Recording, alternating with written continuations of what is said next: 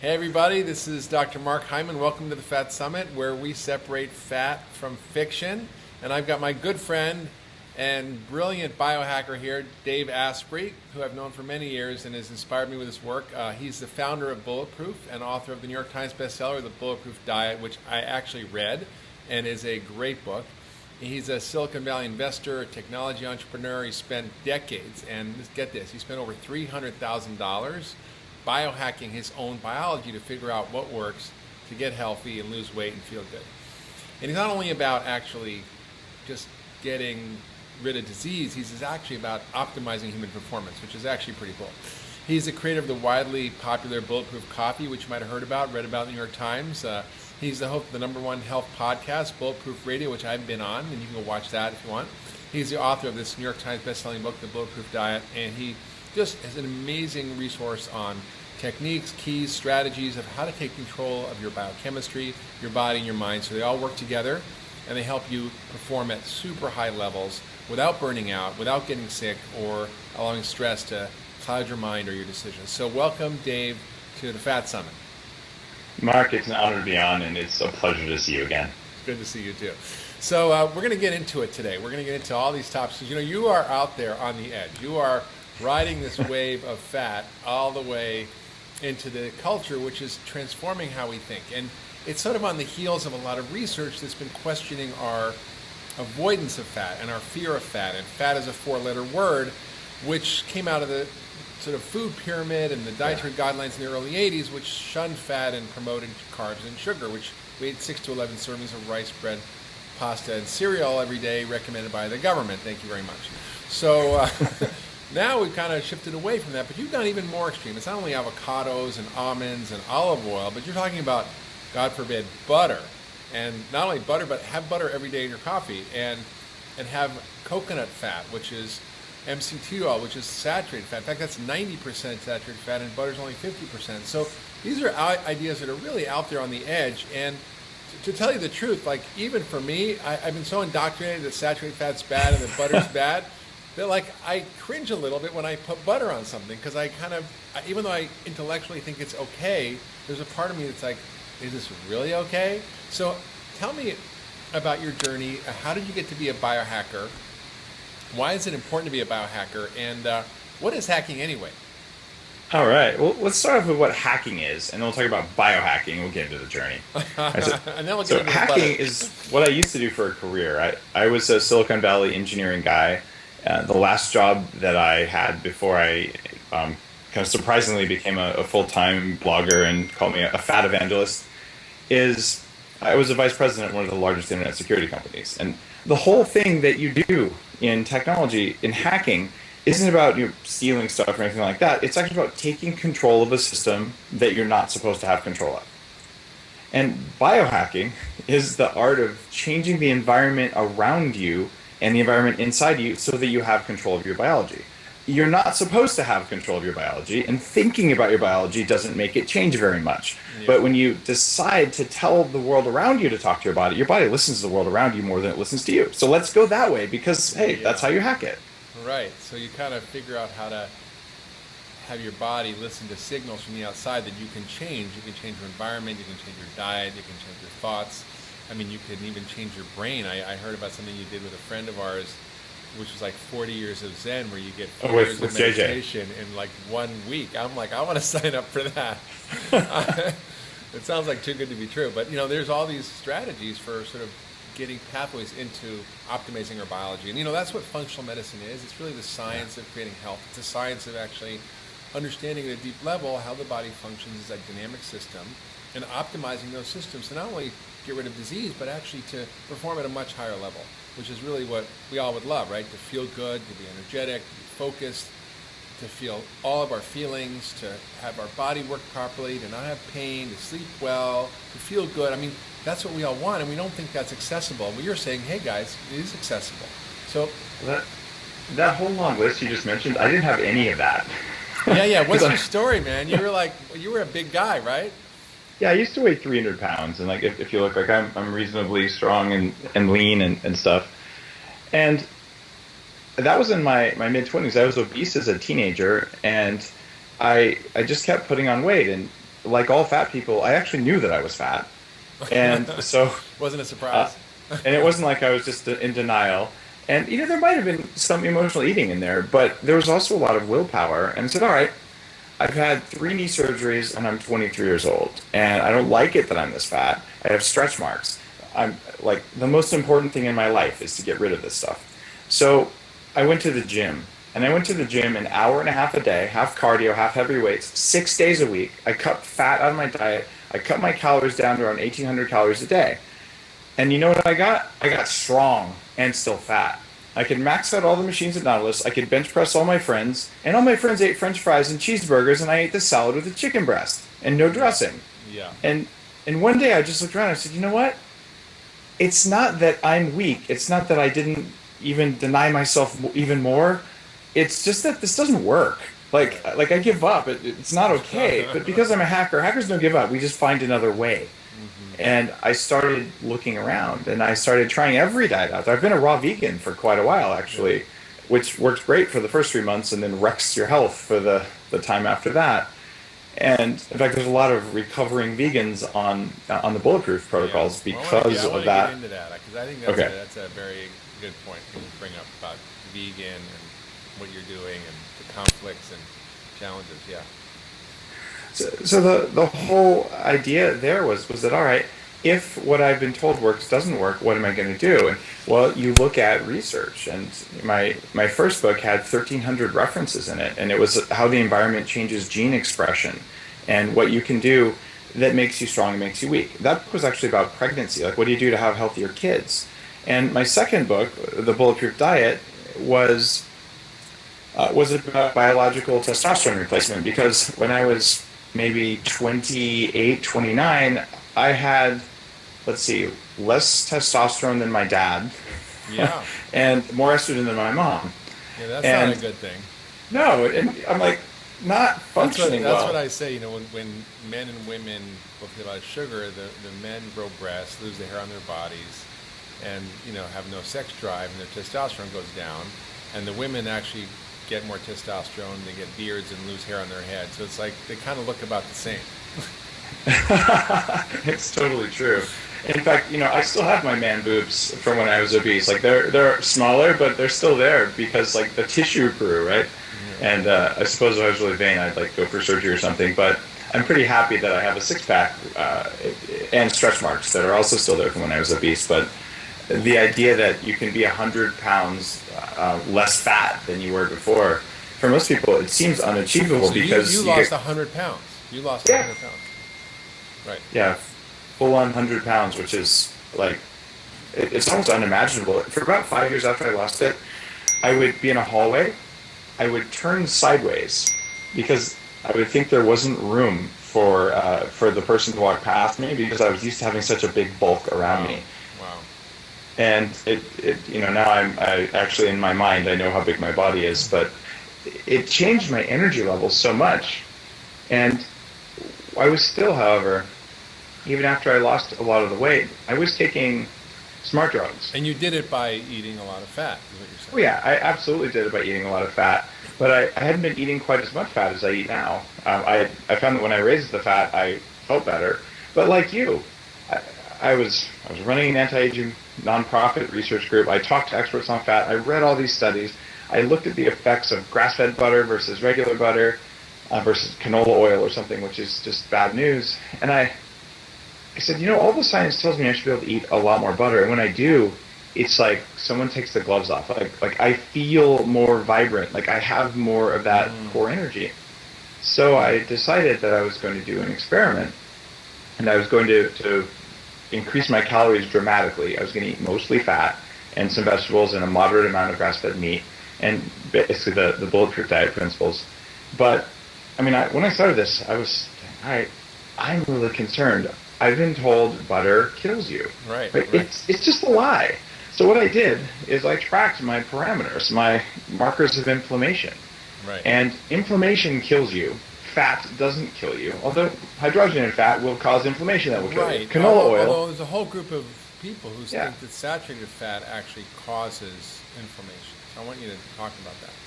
A whole group of people where saturated fat does cause inflammation? Yeah, you're talking about hypercholesteremics? if you look at the literature, that's one of the concerns about fat, is it increases arachidonic acid, inflammation, increases all the inflammatory eicosanoids, which is the inflammatory cytokines or messenger molecules, so that there's concern about that. There is concern about inflammation that comes from any kind of fat. The problem is that when you look at saturated fat, one of the things that I think is largely missed is in what condition is the fat when you eat it? Even the idea of saturated fat is a little bit of a misnomer because there's many kinds of saturated fat and they all do different things in the body. So one of the things that isn't well known in this common sort of Reader's Digest version of nutrition is fat is good or fat is bad. But the same could be said for protein or sugar. In fact, let's talk about protein for a minute and we'll generalize it to fat.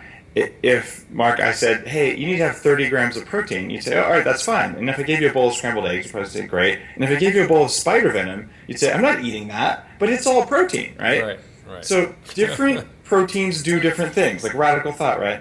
The same is true of fat. Like palm oil contains palmitic acid, which escorts toxins from the gut into the body, into the brain, gives you brain fog.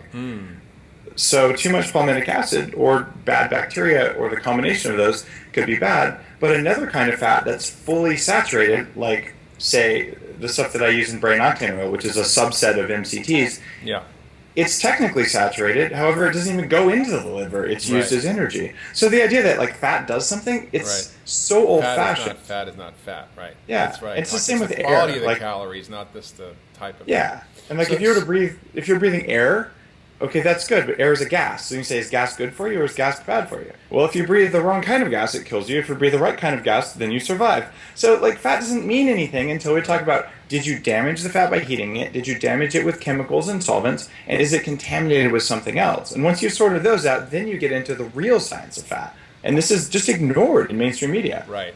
What happens to it? How do you do it? Exactly. So, but you mentioned palmitic acid, which is interesting, because a lot of palmitic acid is produced in the body from eating carbs and sugar. In fact, it's the only saturated fat we can produce on board, right? Right. And that's what's associated with heart disease, is the saturated fats that come from eating carbs in your blood, which is kind of confusing. You think if you eat saturated fat, it raises the saturated fat in your blood, but it really doesn't. It's actually sugar and carbs that raise the saturated fat. But yes, you're totally right, Mark. And that's something where people just don't think about this because we're not told this in school or anything. The idea that you ate carbs, the carbs went into the gut, the bacteria in the gut made fat out of the carbs, which is true. They make short-chain fatty acids, some of which are good, and your body can make palmitic acid, the long-chain fat that probably isn't good for you. Right. Even though there's an argument that says if it's made on board, that we don't generally evolve to make things that kill us. So I tend to think if my body makes palmitic acid without the little gut bacteria involved, I probably needed it, but I didn't want it soaking around in my gut by eating it. Yeah, that's interesting. So would you say not eating palm oil then?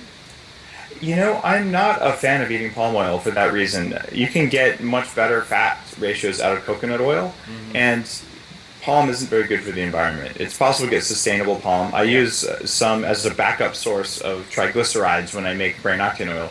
I'll use palm, but there's no palmitic acid in there, and I always get it from coconut whenever there's coconut available. Yeah, and it's an environmental issue because most of the palm oil in the world comes from rainforests in Southeast Asia where they destroy the rainforest, grow palm trees, and eliminate the habitats for orangutans, and it's really a bad scene.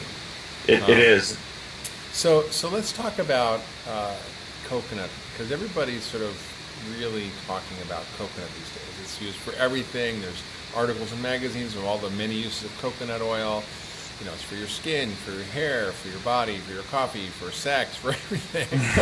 And, you know, the question is, like, why is there this big craze of coconut oil now, and what does it do for us? And should we be worried about it all? Because it's 90% saturated fat, and does it cause inflammation? Well, let's go back to my experiment when I said I'm going to eat, you know, many tablespoons of coconut oil and grass-fed butter every single day. And I was, like you, a little concerned, like, am I going to die? I don't want to have a heart attack. Right. So I got my blood markers, and I started on my diet, and what I found was that my energy levels shot through the roof, my hormones got better, my inflammation went down, and I know this because of the anti-aging work I've done, and you know this too, and listeners will learn this. It's that inflammation is what matters. If you have higher levels of cholesterol but no inflammation in your body, cholesterol makes you put on muscle faster, and it's protective in cases where you're poisoned. Like, cholesterol doesn't do bad things without inflammation. Right. Damaged cholesterol does things, but I didn't fry anything when I was on a high-fat diet. Mm-hmm. I didn't, carbonize my meat. I actually So it's not fried chicken that you're talking about. Exactly. and so I was on a technical high-fat diet, but it was the precise kinds of fat that I wanted diet, which is just a different animal. Because if you go out there and do what most high-fat diets are when they're not conscious, you can eat McNuggets. That's a high-fat diet. Yeah. But man, you're going to just explode with inflammation if you do that. And my goal was to do everything possible that turned down inflammation while giving myself a really rich source of fuel, which is fat. Yeah. So tell us about the coconut oil then, and what's the deal with that? So coconut oil is a great source of fat, and it's primarily something that's a little bit mislabeled. It's primarily lauric acid. And lauric acid has some antimicrobial benefits, and it's technically known as a medium-chain triglyceride. The only problem is that lauric acid is biologically a long-chain fat. Long-chain fats go into the liver, just even like palmitic acid or any of the other bigger fats. They go into the liver, and they're basically taken apart. And they go in, and they're digested. They require bile, and they can be stored as fat, or they can be used as energy, but they can be stored as fat.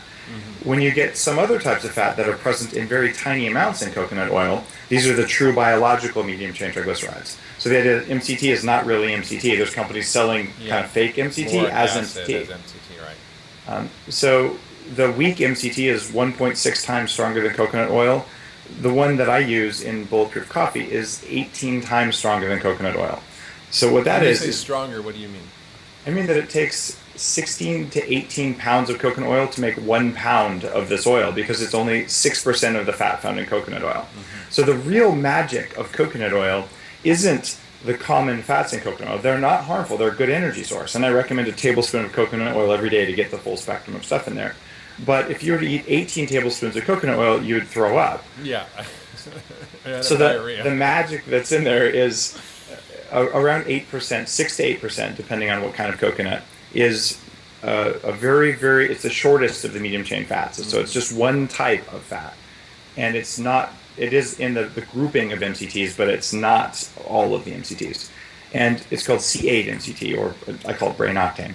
And the study hasn't been published yet, but a study that's coming out soon where we've measured ketosis.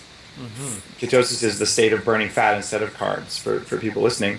And it turns out this stuff is way more ketogenic than coconut oil. In fact, fasting is more ketogenic than coconut oil, which is not well known. So coconut oil makes you feel good because you get 6% of this amazing fat. But if you can take that out of the coconut oil and concentrate it and eat that, you're like, wow, I feel a different kind of energy. And that energy comes because coconut oil contains these very rare types of MCTs. And when you get enough of them in the body, you feel like your brain turned off. And what happens? How does that work? What's the mechanism? The way that works is that you have two different kinds of cells in the brain. You have neurons and glial cells. And actually, there's a lot more than those two kinds, but those are two major kinds. And glial cells are your immune system in your brain. Exactly. And the glial cells prefer ketones. And sometimes I swap this, so I don't want to get it backwards. But basically, one of the two types prefers glucose, which is blood sugar. The other type prefers ketones. So even if there's both kinds of fuel present, some cells want fat more than sugar, some cells want sugar more than fat. And there's always some blood sugar present, you just don't have a lot of it. So in a normal state... We were always taught that in medical school that the brain only runs on glucose. And that it uses 25%. It's just a mistake, because the brain can run on glucose, but when you set it free, it doesn't do that. And most religions in the world have fasting as part of their practice. And for people who have ever tried fasting or gone on a very low-carb diet, after about 3 or 4 days, your body switches to fat-burning mode, to ketosis, and you get this state of clarity. You don't care about food, and you're so focused and energized. That's because your brain is running on ketones. The period when you're switching from sugar to ketones, you feel, they call it carb flu or low-carb flu, and you feel not so good. Well, if you can use this cheat from coconut oil by using just the smallest of the MCTs, you raise your ketones as if you were in a state of fasting. So even with eating, you can raise your ketones. Even if you're eating donuts, you can raise your ketones. You shouldn't be eating donuts, by the way, but you can. right? It's the donut So then ketone diet. all of a sudden your brain has sugar and ketones at the same time, which is not biologically possible unless you're cheating, you're hacking it. And when you have two forms of fuel in the body, you're like, wait a minute, like, okay, I've got this, I feel really good. And you don't want to have high sugar, but if you have moderate sugar, you have, 3 spoons of rice, you had enough sugar that the brain's kind of singing, I've got enough glucose, and I've got this fat, and all of a sudden both kinds of cells can run at their full capacity. And that's what was going on with bulletproof coffee. So I'm like, okay, I'm triggering this because I'm using this extract of coconut oil, but it doesn't work if you use just scoops of coconut oil in your coffee. Can you eat with your bulletproof coffee? Can you have like a couple of eggs or? Oh yeah, in fact, I recommend it, especially for people who are obese or leptin resistant, or for women. Have some protein, and the typical protein is they'll add the upgraded collagen into the coffee because it doesn't change the flavor, and collagen's free of the inflammatory amino acids that are present when you eat a high meat diet. That's also bad for you, which is an argument for the vegan crowd. Like, too much meat is bad, the wrong kind of meat is bad. And Mark, what I think you and I both know is that food isn't that easy, especially when you have these supply chains and packaged stuff, and you have 2 steaks and they kind of look the same, but one has antibiotics and the wrong kinds of fat in it, and it was from an unhealthy animal, and the other one that looks the same is grass-fed and costs twice as much, but it has the right kinds of fat. Right.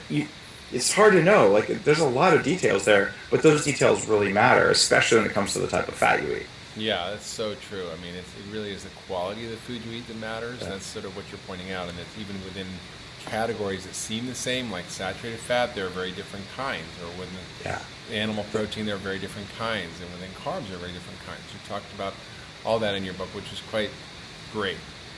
There's something else too that isn't commonly talked about. It's that when we have toxins that come from food production, so these are sometimes human-made toxins, and sometimes they're nature-made toxins, but some of these look like cholesterol, especially some of the nature-made ones. Ergosterol is actually one of them.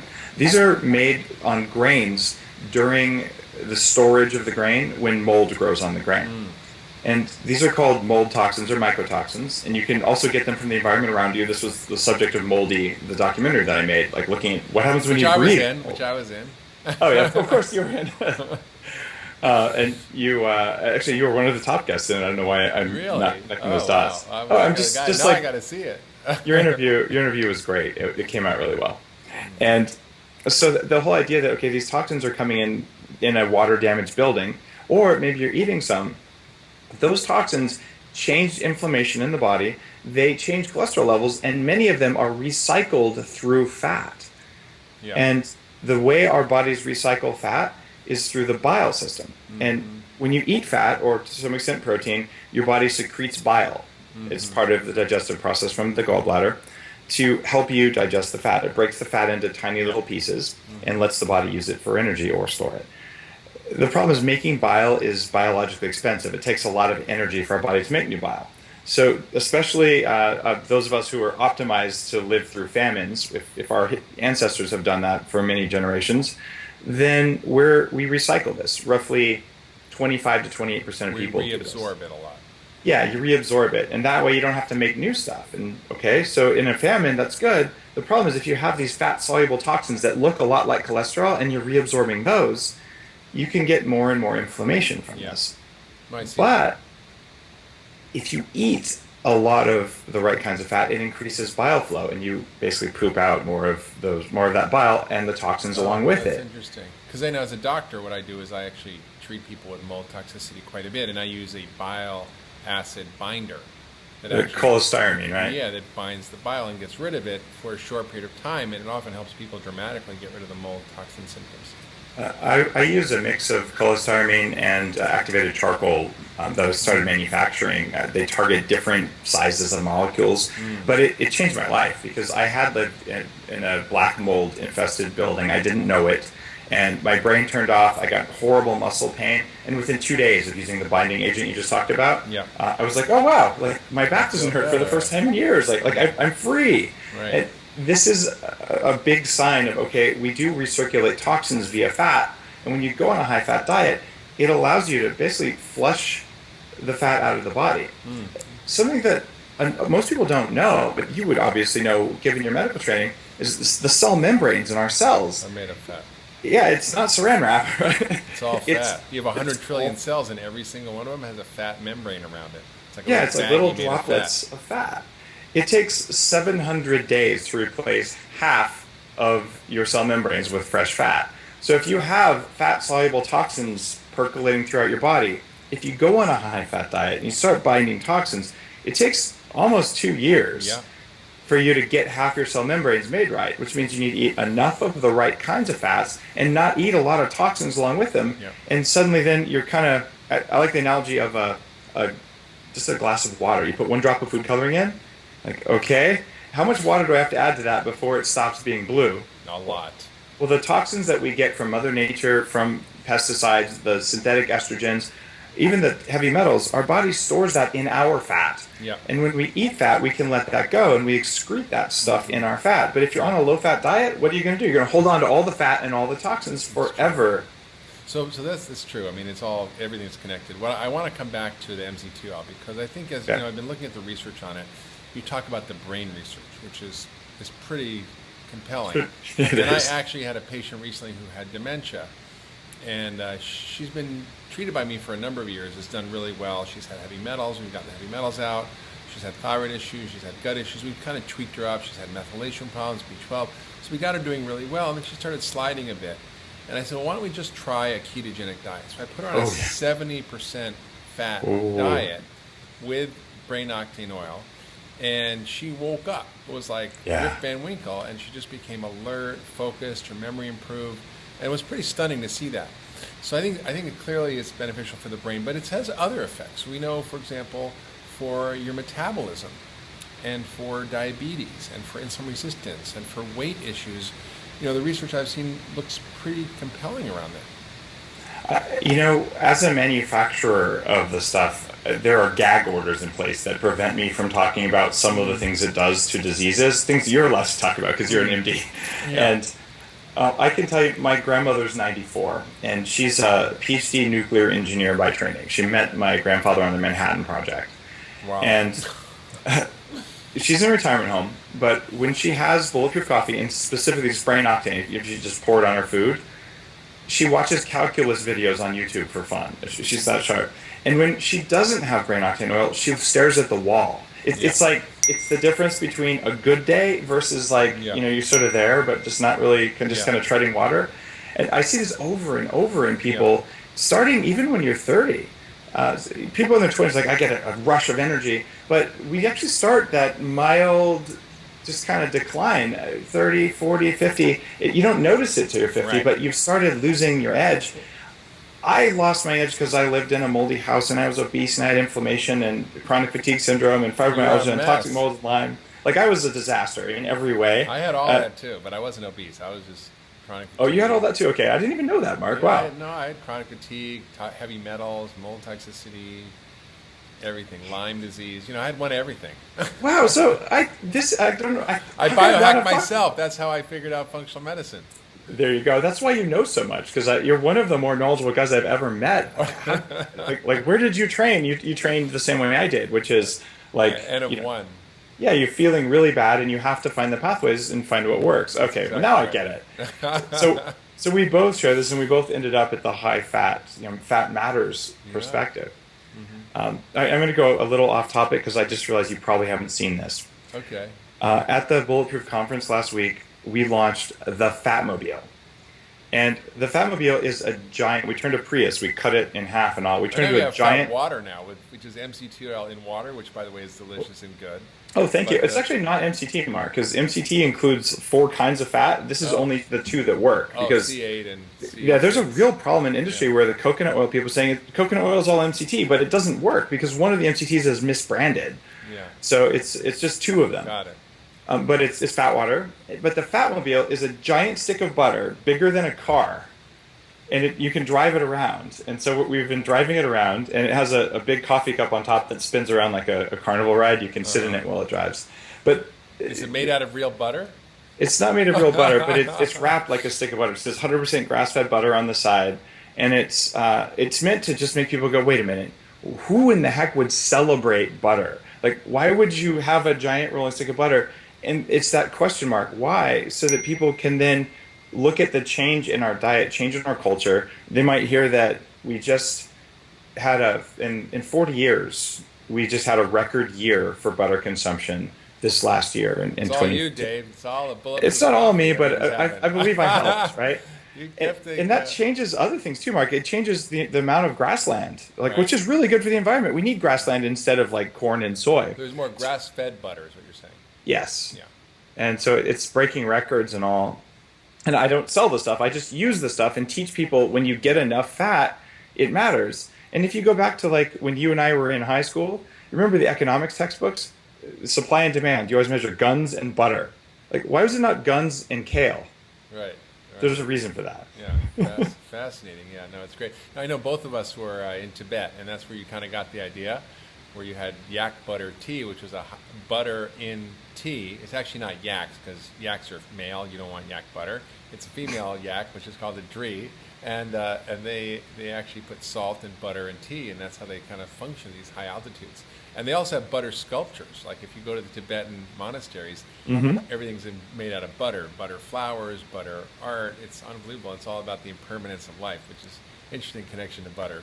So I think, the butter grass-fed piece I want to kind of get into now because, one of the challenges with fat in the environment is that fat is a reservoir for toxins, right? Yes. So whether it's humans or animals. So I worry, given the contamination of the environment, about the level of toxins, obviously in conventionally raised animal products and in regular butter. But I also wonder about in grass-fed butter because even though they're grass-fed, they're eating wild grass, but the environment is so contaminated that even wild grass or fresh grass, even if it's not been sprayed and is organic, still has a lot of stuff on it. How do you kind of sort that out? Well, it's a bit touchy because there isn't standardized testing for these minute levels of toxins in butter. So the algorithm that I've been following, sort of the set of rules, is you want to eat cows that didn't eat from sprayed soil and things like that, but you might actually want to eat cows from grass that's been fertilized. If the soil isn't very good, even if it's a quote chemical fertilizer, it may actually make the grass healthier, which is going to make the cows healthier. But the ideal cow is range, it's roaming around picking the very freshest grass, and that is possible to get if you live near a farmer's market and you're fortunate. But for most of us, the safest thing you can do to get fat, which is a requirement for optimal human performance, like if you want to perform at your best, you want your hormones to be formed, you want your testosterone, your estrogen, progesterone, you're going to need to eat high quality undamaged fat. Well, by the way, because hormones, your sex hormones, are made out of cholesterol. Yeah. And so, they're not made out of broccoli. As good as broccoli is for you, we're not based on broccoli. We're based on fat in every single cell. In fact, our bodies are about 1% carbohydrate. It's why all the traditional peoples would eat the organ meats first because they were fatty. They'd break the bone marrow if they had a kill. They'd break the bone marrow, suck out all the fat in the bone marrow. That was like where they went after things first. Yeah, the hump on the buffalo's back with pure fat, that was like, after the liver, the most valuable part, and the chief gets that. And, we knew this, and we just forgot how to eat. But the buffalo didn't have a lot of pollution. They were just eating grass. And so what I want to do now is say, if you're going to eat grass-fed cows, if you can even know where the grass came from, it's a pretty good idea to not eat grass that's growing right next to the freeway or right under an airport zone. But even if you do eat butter from cows that ate that grass, you're still getting a lot less toxins than cows that ate corn and soy that's been sprayed with all sorts of crap. So it's a question of minimizing harm, and you can also do things when you eat toxins to bind the toxins even as you go, which is something that I also do. And the truth is, grass-fed butter is different. Like when you look at it, it's more yellow. Why? Yeah. Because they're eating the pigments from the plants. They're eating carotenoids. They're eating vitamin A precursors, and it's yellow. And then it has more antioxidants in it, and actually has a different kind of fat even called CLA, Yes. which is actually beneficial for you. It's helped to boost metabolism, prevent diabetes, prevent insulin resistance. So it's really what you're saying is that food isn't just calories, it's information. Yeah. That's what we say in functional medicine. And the information in your food matters, whether it's grass-fed butter or regular butter, whether it's a feedlot cow or a grass-fed cow, matters. And even within coconut oil, the type of coconut oil you have. Oh, yeah. And also what's in the coconut oil. So it's really, you're kind of taking it down a whole nother level. And I don't want it to be that complex. And I work to put like the roadmap on the bulletin as one page, but it's kind of a complex infographic because that way people can make a decision without having to know everything. But let's talk about types of coconut oil because this is just unknown and it's a real problem. One of the cheapest and most common types of coconut oil is called copra oil. And they take coconuts and they crack them open and they set them on the beach and they let them just sit there and they mold. They actually turn a blackish gray color. It's not good. No, it's not. And then when you buy copra oil, it's actually gray, and it is full of these mold toxins, these mycotoxins that are cancer-causing, that inhibit mitochondrial respiration. This is the way your cells make energy in the body. Now, this can be labeled as coconut oil, and in fact, there's a major grocery store that makes a chocolate truffle out of copra oil. And every time I eat those, I get an anxiety response, and I get symptoms of mold toxicity. I'm sensitive. I've lived in moldy houses before. My immune system knows what it looks like. Yeah. But after a few years ago, they stopped labeling it copra and they started labeling it coconut oil, which is legal. Oh. So the source of your coconut oil matters. And if you ferment coconut oil the traditional way versus spin it at high speed, the high-speed coconut oil is actually fresher and less damaged than the stuff that has sometimes histamine or other things in it because there can be bad stuff that grows in coconut oil if you're letting it sort of in the jungle in a vat sort of ferment and bubble, and then you get the oil off the top, but what else grew in there? The answer is it depends on where you grew it. Right. And little things like that. Really? Could this bucket of coconut oil make you feel bad and this bucket of coconut oil make you feel good? Yeah. Actually, yeah, it can. Matters, yeah. It's amazing. You know, one of the things that I also want to talk about is ketosis for a minute. Oh, my favorite. Because people throw that word around and it means different things. To, you know, a doctor, you've got ketones in urine when you don't eat overnight and you fast, you see it in your urine. Or if you're a diabetic and you can't control your blood sugar, if you're type 1 diabetic, you can get ketoacidosis, which is very dangerous. So what you're talking about is a different state of producing these molecules, which are alternative fuel sources, right? Ketones are an alternative fuel source. And you seem to say that they work better for our body. They help our metabolism. They help our brains work better. And so the question is, you know, how does that work and how do we get them? Because you're saying that coconut oil or the MCT oil is a real way to do it. But can you do it while you're eating or do you have to fast? Because a lot of times we think of ketosis as fasting. So it's confusing. So can you help us through that? Sure. Ketosis is the state where your body burns fat instead of sugar for energy.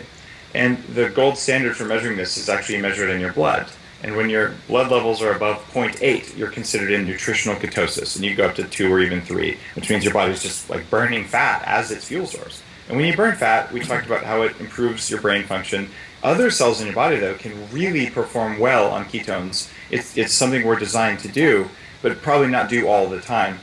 And when you do this, you will burn more of your own fat. Going into ketosis makes your body, oh, there's fat. I'm burning fat right now. I might as well burn the fat around your waist. So this is biologically really good. And most of the time, people are at 0 or 0.1 ketones, almost no ketones, because when you eat carbohydrates, your body doesn't make ketones. Right. If you go on a low-protein, high-fat diet, in other words, you eat a lot of butter and guacamole and a moderate amount of protein, after a couple days, you can go into this fat-burning mode, and on a blood test, you'll be at 0.8. It turns out there's a Goldilocks zone that I've been pioneering with this technique called bulletproof intermittent fasting. And bulletproof coffee with brain octane is the secret to doing it. Yeah. And what you do there is you go to bed, you have dinner, don't eat dessert, or can really if you want to, but it's better not to. Sleep all night, wake up, and then have a cup of bulletproof coffee made with brain octane. Yeah. Because brain octane spikes ketones way more than coconut oil or way more than MCT oil, what you end up with is on a blood stick for the average person, if they're using enough brain octane, they'll get to a level of 0.5 or higher. So you're not in nutritional ketosis, which is 0.8, but you're not out of ketosis, which is 0 or 0.1. So you're in the middle. And when you get there, 2 magic things happen that are really unknown about ketosis. The first one is that if your levels are above 0.38, which is still not that much. Not that high. That resets a hormone called ghrelin, which is the hormone that makes you hungry. Yep. So all of a sudden, you don't care about food as much, but it also makes your ghrelin levels match your current body weight. Because if you weigh 300 pounds and you go on a low-fat diet and you lose some weight, or you just go on a normal diet, cut calories or exercise more, do whatever you did that might have worked, and you get down to, say, 250 pounds, your body still has the hunger and ghrelin levels of a 300-pounder, and you will eventually weigh 200. And, yeah, you'll put that weight back on, and then more. But a level of 0.38 ketones, just a few, resets your ghrelin levels to match your current body weight. And there's studies about this. So all of a sudden, you're taking them, or all the time? Just when you take them. So when you're done taking them, though, your levels reset, and the level stays reset. Oh, it stays reset. Wow. Yeah, this is how to tell your body, hey, pay attention. This is my new body weight. And by the way, don't worry about food today. You're full. Yeah. When you get your levels to 0.5, which is still less than full ketosis, that resets your levels of CCK, which is a hormone that's responsible for feeling full. It's called cholecystokinin, right? Right. And now if you do a tablespoon of coconut oil, it doesn't work. You do 16 tablespoons of coconut oil, it'll work, but then you throw up, and it's a problem. That's why I use brain octane oil. But about a tablespoon or two? How much? In the study that isn't released yet, we used 2 tablespoons, and that was a couple times a day. Yeah. But they were looking at more than just these levels. So for the average person, depending on their size and all, it could be a lot less even. For me, I'm 200 to 220, depending on how much muscle I'm carrying, and reasonably active. If I have sushi with rice for dinner, which is going to take you out of ketosis all the way, if I have 2 tablespoons of brain octane, within a half hour of drinking my bulletproof coffee, I will test at 0.5 or higher reliably on a blood test meter. Amazing. You weigh less than I do, you might only need a tablespoon and a half. And my grandmother, if I tested her, she might only need like a teaspoon or 2. Yeah. So different bodies respond differently. But the idea is you can stop caring about food because you just suppressed your hunger-seeking hormone. So you just do it in the morning? Oh, no, I put it on every meal. I carry a little bottle of it around. You want to be in ketosis all day? Well, I don't want to be in full nutritional ketosis. I just want enough ketones present that if my blood sugar does any kind of fluctuating, that I can then have this backup fuel source of fat. So the things that would have been stressful, your biology gets stressed when your blood sugar crashes. But if your blood sugar crashes and there's some other fuel there, you don't feel the anxiety. You don't feel like you're going to die when you're hungry. Like, I could eat. But it's so liberating to feel like I could eat versus I'm going to kill someone if I don't eat right now. I'm hangry. I'm hypoglycemic. Like I used to be like that. Hangry. I like that. Hangry. That's good. Yeah, it's true. And so not only does it affect your hunger, but tell us how it affects your metabolism. Because what happens is you actually start to increase your metabolism and you build muscle and you burn fat. Like, how does that all work? Well, it can change the expression of brown fat in the body, where you actually have more of the brown fat. And brown fat is this energy-producing fat that burns a lot of calories. It's the thing that keeps you warm when you're like freezing. Yeah, it's the stuff that if you take cold showers in the morning that you'll grow more of. And these swimmers and Olympic athletes and these people with amazing abilities usually have more brown fat because it's so important in energy metabolism. Yeah. But we don't really normally have that much of it. So by going into ketosis, you actually burn more of the white fat and you can increase the brown fat. And your cells make energy through something called the Krebs cycle. This is, if people have heard of a mitochondria thing, this is the power plant in your cell. And what it does is it burns a little molecule of ATP and then it recycles it.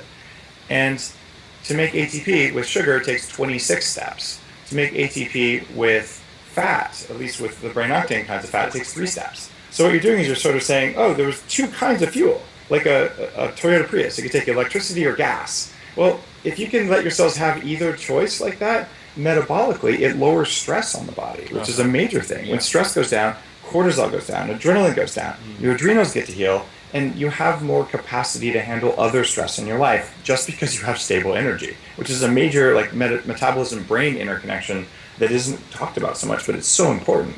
Yeah, it's so key. So it's pretty interesting when you start looking at this data. And so let's just talk for a minute about the whole protein issue, because you sort of brought it up a couple times in passing, which is, when you think of, for example, the paleo group, you think about it as the meat eaters, right? And with vegetables. And what you're saying is that large amounts of animal protein may not be good for us. And tell us about that.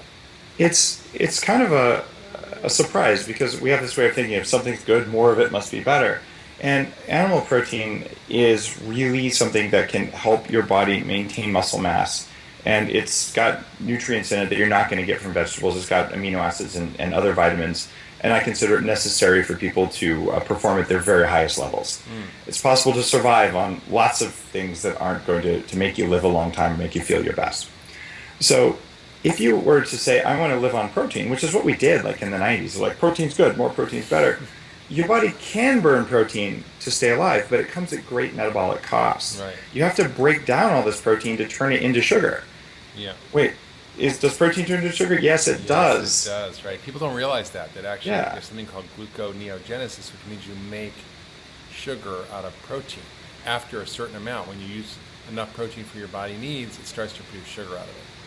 Yeah, and the act of producing sugar creates all sorts of toxins like ammonia. So it increases the load on the liver and on the kidneys, and you don't get a lot of benefits from doing that. So the bulletproof diet recommendation is, look, focus on getting the right kinds of undamaged fats, lots of those, a moderate amount of very high quality protein from grass-fed healthy animals. What is a moderate amount? Like, It depends on your activity level, the amount of muscle mass you have, and all that. But do you have it every meal? Do you have like 4 ounces? Do you have 8 ounces? It really it's body weight dependent. In the book, I talk about a half a gram of protein per kilo of body weight, which is of animal protein or protein in general? Of protein in general. And animal protein is the most bioavailable. So if you're having eggs, you're having grass-fed steak, lamb, fish are the primary things I recommend. Even pork from healthy animals can be a good source of protein, but it's harder to get clean pork because pigs are as bad at getting rid of toxins as humans are. So you got to be careful. Like if you're going to do bacon, you cook it gently so you don't damage the fat, and it better be from like the farmer's market pig, not the industrial mass market pig. And avocados. Sorry, that's not a protein source. That's a fat source. Oh, I'm going into fat. That's okay. There's protein avocado. Yeah, but not enough to matter. But the idea that vegetable protein or plant-based protein or animal-based protein is better or worse, I'll tell you. My favorite plant-based protein is ricin, the nerve gas, which was used in a subway terrorist attack. Sure. It's a vegetable protein, plant protein. So it doesn't matter if it's from plants. It doesn't matter if it's from animals because you have snake venom, which is also an animal-based protein. So both kinds of protein will kill you, and you should just run away from food. Or you could say it doesn't matter these artificial marketing categories of animal and plant-based. What's in that protein for me? Right. And something like a whey protein from grass-fed, low-temperature processed milk can be a really good source of protein if you have some. If you have 6 scoops a day, it's going to be inflammatory. Right. So the idea here is... I joke and I say you should think of your animal protein as condom meat. I love your sense of humor. It's exactly right. You put it on top, but it's not the primary source of the meal. Like a proper plate is like full of vegetables, right? And then you put a little bit of meat on there, and you cover it all in fat, and then you're like, oh my god, I feel so good. I'm done for the next 4 hours. How I eat. Exactly how I eat. Yeah, that's great. So you brought up the whole thing at the beginning of vegans. You went vegan. You're a raw vegan. You lost weight. And after 3 months, your health goes downhill. Can you kind of explain that? Because you see these amazing stories in Forks Over Knives of people losing 100 pounds, 150 pounds, reversing all their diseases, story after story, and it just makes you wonder, do different people do better on different diets? How does that work? There's something that I call the vegan trap. And this is that when you go on a vegan diet, one of the first things that happens is you lose saturated fats. And all of a sudden, you're eating a lot more omega-6 oils from seeds because that's the only source you can get them. And as you raise the amount of omega-6 fats versus omega-3s and saturated fats, it increases mitochondrial function, which is something that you wouldn't expect. But it does that only for a short period. It's a short-term adaptation. And after about 3 months, it stops doing that, and then you're stuck with the inflammation from all these natural plant-based oils that are not like the oils that are supposed to be in your cells. Olive oil or coconut or avocado, right? Then it's okay? Well, if that's all you're eating, it's not okay. It's still not balanced, right? You're not getting any conjugated linoleic acid. You're not getting even some things like stearic acid. You just don't get very much of the other saturated fats. And things like phospholipids that are found in egg yolks are missing. So some of the things that make healthy membranes aren't there. And so the typical progression on a raw vegan diet specifically is that after 3 months, okay, I still feel kind of good. I've lost a bunch of weight. And by the way, is a raw vegan diet better than a standard American industrial meat diet? Hands down, it's better because you got rid of the toxins at least. Right. But once you're rid of the toxins, if you start inducing micronutrient deficiencies by eating this raw stuff that your body can only process so much of, over time, a very common thing that did happen to me is I actually shattered one of my teeth. And I was getting this incredible cold pain in the teeth, and they were very sensitive. and my hair started to get dry and brittle. And then you start getting even a little bit of like an inflammation around the middle that maybe wasn't there before. But it takes 6-8 months for this to happen. So a lot of times people are like, I feel so much better than I did before. This has to be the right path. I'm going to double down and be even more vegan than I was before. Right. And it takes a lot of courage and guts. And there's countless friends like Kevin Gianni, Alex Jameson, who are like known people in the raw vegan world to say, this isn't working anymore. It did work. Now it's not. Yeah. And so I've interviewed a bunch of people like this who've written books about it, and I'm one of them, where I was all in. I have blenders and giant salad bowls, and I'm a raw vegan chef. Like I'm really good at that. Yeah. But you can still make your salad that way, but just throw some smoked salmon on top, for God's sake. Like, you'll feel better. Right, exactly. That's true.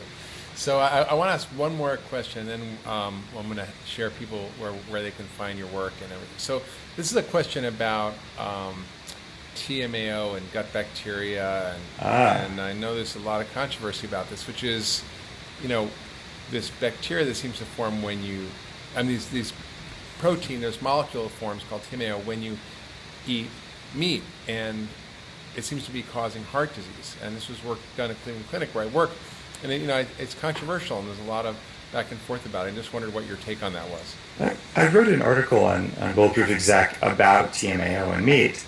And the studies, it's funny, they love to pick on like red meat, but I'm like, wait a minute, lecithin, including soy lecithin and egg lecithin, also does the same thing. And what the studies seemed to tell me was if you have disordered gut bacteria, you're going to have heart disease. And if you have normal gut bacteria and you eat these foods, you won't have heart disease. So why are we blaming red meat when there are vegetarian sources of lecithin that do the same thing as red meat? Right. Why is this a meat versus vegetable soy thing? Right.